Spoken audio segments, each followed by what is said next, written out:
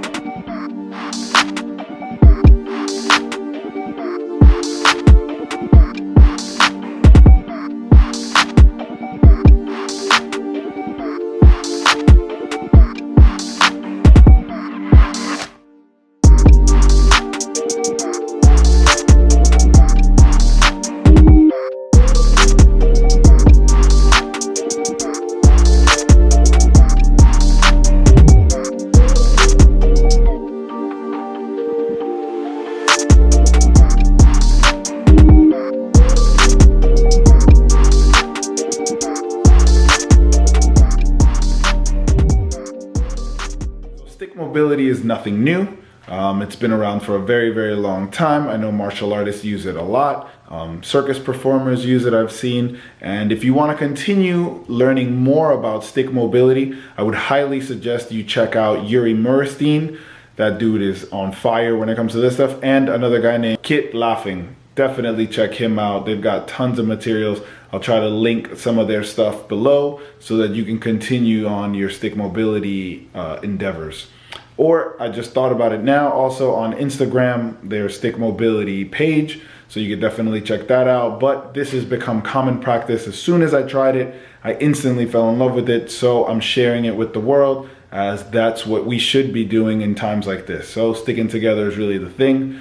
And on a side note, you like the quarantine beard? You like the quarantine beard? Let me know in the comments. Let's get to it.